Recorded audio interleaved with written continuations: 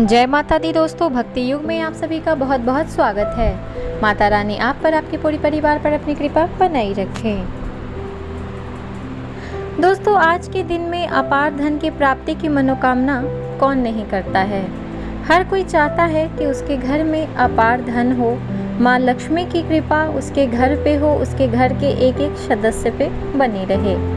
माँ लक्ष्मी अगर आपके घर में है तो ऐसा कोई भी कार्य नहीं जो रुक जाए। तो चलिए, माँ लक्ष्मी की धन प्राप्ति के लिए 14 सरल उपाय मैं आपको बताने जा रही हूँ।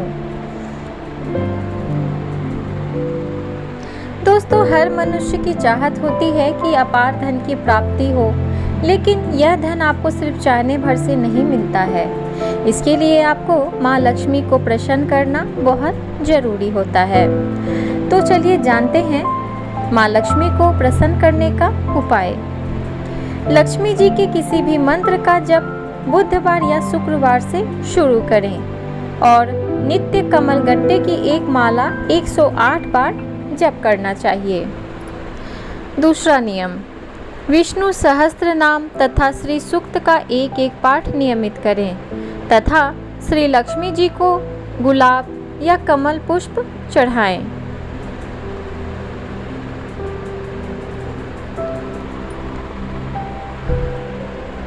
तीसरा नियम, आपके घर में अगर कोई बड़े बुजुर्ग रहते हैं तो उन वरिष्ठ व्यक्तियों का सम्मान जरूर करें। ऐसे भी दोस्तों कहा जाता है कि जिस घर में बड़े बुजुर्ग का सम्मान होता है, उनसे आप आदर से बात करते हैं, तो उस घर में, उस परिवार में प्रेम व्यवहार से आप अगर रहते हैं तो आपके घर में खुशियाँ ही खुशियाँ रहती हैं। और जहाँ खुशियाँ रहती है, शांति होता है, वहीं माँ लक्ष्मी का वास होता है। माँ लक्ष्मी उस घर में खुद चली आती हैं। और जहाँ क्लेश होता है, झगड़े लड़ाई होते रहते हैं, तो वहाँ पर अलक्ष्मी का वास हो जाता है। तो ऐसे में आपको अपने घर का वातावरण बहुत अच्छा रखना जरूरी है। अब दोस्तों, कुछ लोग कहेंगे कि हमारे चाहने से झगड़ा लड़ाई नहीं होता, ऐसा माहौल बन जाता है, तो हम क्या करें। तो करना आपको ये है कि अगर आपके घर में कोई व्यक्ति बहुत झगड़ालू किस्म का है, बात बात पर गुस्सा करने वाला है, तो उसे आप जितना हद तक हो सके उससे बच के रहें। आप अपनी जुबान से, आप अपने हृदय से कोई भी बात, अपने मुंह से कोई भी बात ऐसी ना बोले कि जिससे आपके घर में झगड़ा और बढ़ जाए। आप उस जगह से उठ के हट जाएं या थोड़ी देर के लिए कहीं और चले जाएं। आप जितना हो सके इन सब बातों को, झगड़े लड़ाई की बातों को इग्नोर करें और कोशिश करें कि अगर आपके चुप होने से ये झगड़ा शांत हो जाता है तो आप चुप हो जाएं। और अगर आपको अपनी बात को कहना है या किसी को समझाना है तो झगड़ा लड़ाई ना करते हुए उनको समझदारी से, समय देखते हुए प्यार से समझाएं, ताकि घर का माहौल अच्छा बना रहे। चलिए जानते हैं चौथा नियम। प्रातः जल्दी उठकर घर की सफाई करें तथा स्नान आदि कर अपना पूजन जप इत्यादि करके दिन की शुरुआत करें। जहाँ सूर्योदय तथा सूर्यास्त के समय सोते हैं वहाँ धन नहीं आता है। दुर्गंध युक्त स्थान या अशुद्ध स्थान पर लक्ष्मी नहीं ठहरती हैं। दोस्तों, अगर हो सके आप सुबह अगर जल्दी उठते हैं या कोई स्त्री जल्दी उठ जाती है, अगर घर में किसी को ऑफिस जाना है, स्कूल जाना है और उसके 2 घंटे पहले वो अगर उठ जाती हैं,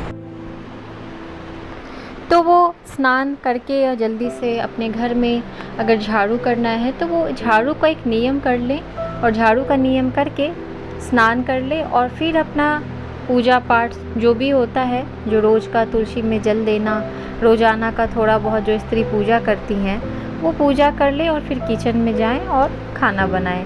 ऐसा करने से घर में एक सकारात्मक ऊर्जा बनी रहती है।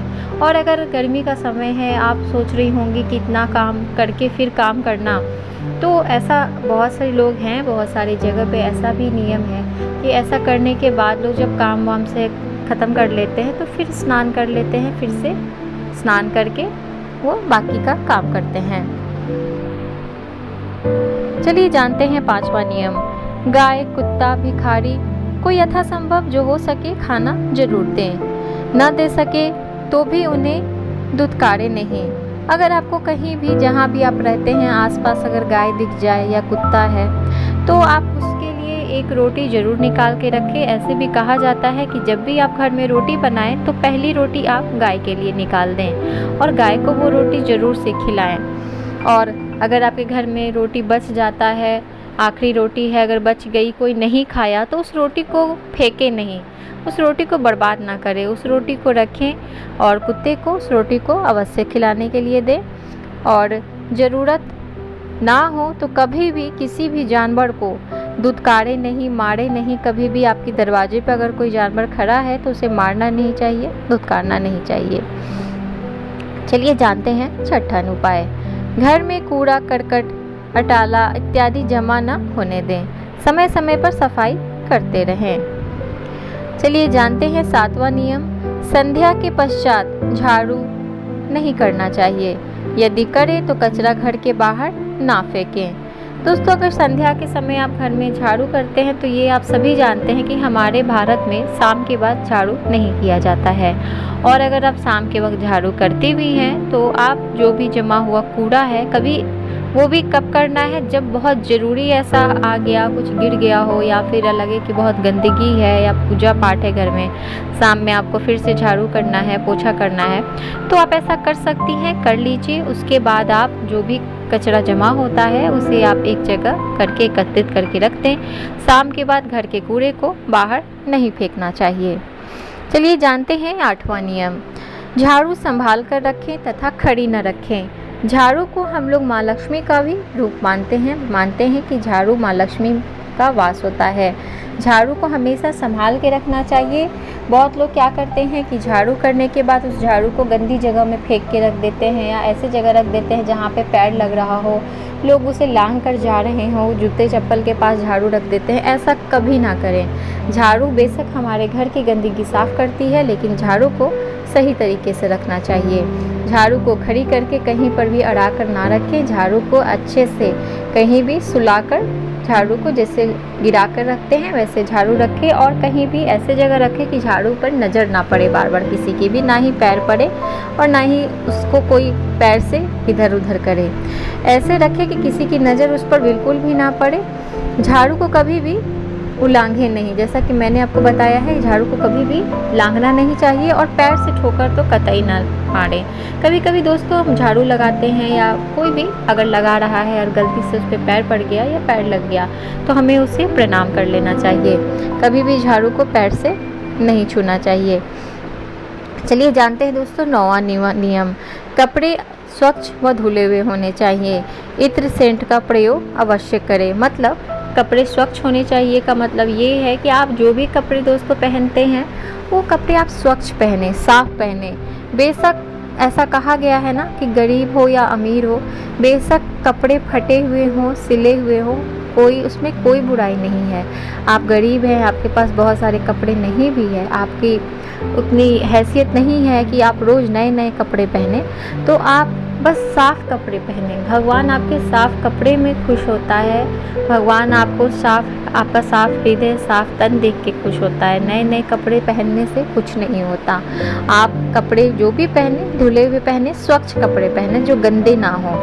और कोशिश करें कि घर में इत्र हो या सेंट हो, खुशबूदार खुशबू करे घर में। भगवान की जब पूजा करते हैं वहाँ पे खुशबू वाली अगरबत्ती जलाएं या जो भी आपके पास धूप बत्ती है तो धूप बत्ती का प्रयोग करें। धूप बत्ती का प्रयोग सबसे उत्तम होता है, आप वही करें। चलिए दोस्तों जानते हैं 10वां नियम।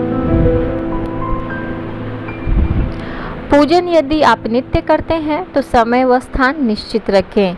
यदि आप दोस्तों रोज़ पूजा करते हैं तो आपको समय का और स्थान का निश्चित रखना चाहिए। भगवान को एक जगह पर स्थापित कर दें कि हाँ, रोज़ हम इसी जगह पे भगवान की पूजा करेंगे। 10 से 15 मिनट से ज़्यादा का फ़र्क ना हो। 10 से 15 मिनट आप पूजा करें। ऐसा होने पर देवता शाप दे देते हैं। चलिए दोस्तों जानते हैं 12वां नियम। ईशान दिशा में गंदगी कभी ना होने देना चाहिए। जो भी हमारा घर का ईशान दिशा है उसमें गंदगी ना होने दें। चलिए जानते हैं दोस्तों आगे का नियम। घर, दुकान, फैक्ट्री आदि में उत्तर पूर्व ईशान खुली हो तथा इन दिशाओं में सुगंधित पुष्प वाले तथा तुलसी के पौधे लगाना बहुत अच्छा माना गया है। अगर आपका घर, दुकान, फैक्ट्री है तो उस दिशा में आप सुगंधित पुष्प वाले तथा तुलसी के पौधे जरूर लगाएं। चलिए जानते हैं दोस्तों अगला नियम। दक्षिण पश्चिम में कोई गड्ढा, बोरिंग, हौज इत्यादि नहीं होना चाहिए तथा जहाँ भी वास्तु दोष हो वहाँ एक स्वास्तिक बना दें। हमेशा बाथरूम में नल इत्यादि से पानी न टपके, इसका ध्यान रखना चाहिए। बाथरूम या नल से अगर पानी हमेशा आपका टपकता रहता है तो उसे आप तुरंत ठीक करवा लें। ऐसा होने से धन हानि होती है। पानी टपकने का मतलब ये होता है कि धीरे धीरे आपका धन फालतू की चीज़ों में खर्च होता जाएगा और आपके घर में बरकत नहीं होगा। तो इस बातों का ध्यान रखें दोस्तों और इन सब बताए हुए चीज़ों को अपने जीवन में इससे लाभ उठाएं। दोस्तों अगर आपको मेरी वीडियो अच्छी लगी हो तो मेरी वीडियो को एक लाइक ज़रूर दें, अपने दोस्तों के साथ ज़रूर शेयर करें और अगर आप मेरे चैनल पर नए हैं तो मेरे चैनल को जाकर सब्सक्राइब कर लें। मैं इसी तरह की जानकारी आप सभी के लिए लेकर हमेशा अपने इस चैनल पर आती रहती हूँ। धन्यवाद।